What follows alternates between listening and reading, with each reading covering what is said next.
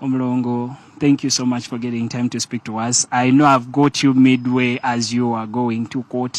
What are your expectations? You seem upbeat today, just the same way I see you upbeat on all the other proceedings. Why are you so upbeat this morning? It's not being upbeat. You have to show courage and be positive about things. Otherwise, you can't be able to survive. So I'm only upbeat that I pray to God that everything goes well. And so I have to also to show, but I want to show something that we have courage, and we pray the good Lord is going to help us today. Certainly.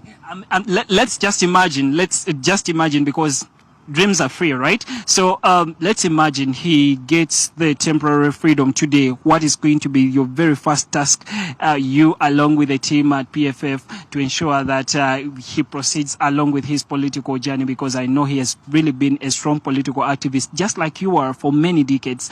What is going to be the very first task that you will be embarking on with him along with the other party, along with the other party? Well, I think probably the first thing is to hug both of them. Haj Awed, and also to hug our leader. And I think the second prayer is to have prayers, to thank the good Lord for what he has done for us. And then after that, we'll have to give him a rest so that he collects and understands what's been going on, brief him, and eventually come out with a way forward.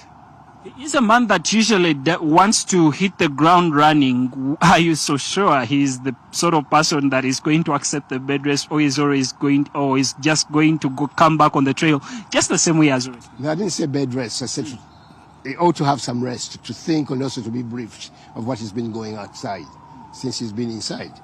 So then he will make a decision of how best to go forward. Certainly. But it's up to him. Certainly.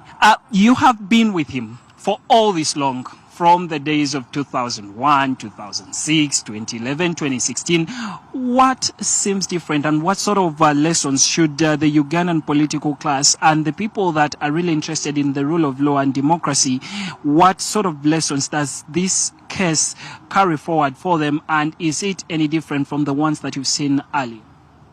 Well, I've been here long enough to see, but I think this time around, unfortunately, we are back to the armed forces. They have taken over the nation. It's no longer a civilian government. What we have is a military government. And we must start thinking that way, because after all, you have the commander-in-chief, you have also the command of the armed forces, okay, who are now more or less like acting as the president, announcing every day what he wishes to announce, yet he's supposed to be under, okay, the command of of Museveni, his father. So right now, as far as I'm concerned, we are dealing with the army rather than dealing with the civilian government. That we must learn.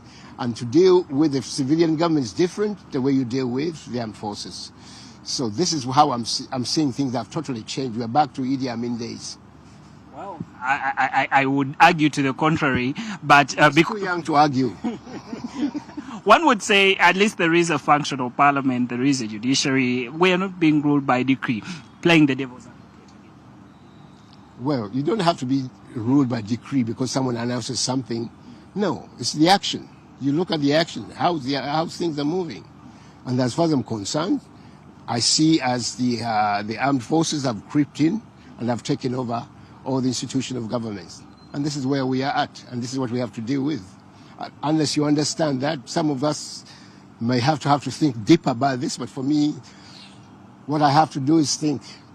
Well, doesn't this get into the way of PFF as we are drawing just a few months to get to the trail, and 2026 is here. It's a political season. It is a heavily charged political year. Doesn't this seem like a great impediment to the political aspirations of the people that converge under PFF? I think elections are, as far as I'm concerned, at this time, is to rally our people, so that to get to focus on what we really want is to have change, rather than looking at the elections as going to be the one that's going to emancipate us, the one that is going to liberate us.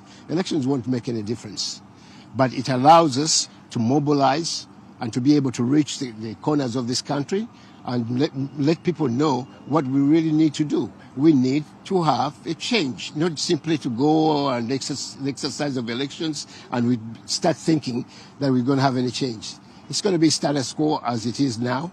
So it's just, to me, as far as I'm concerned, I'd rather use that money going for elections to help the hospitals, the schools, the bad roads, infrastructures, rather than wasting it on something that we already know the results. Certainly. Thank you. Thanks a lot.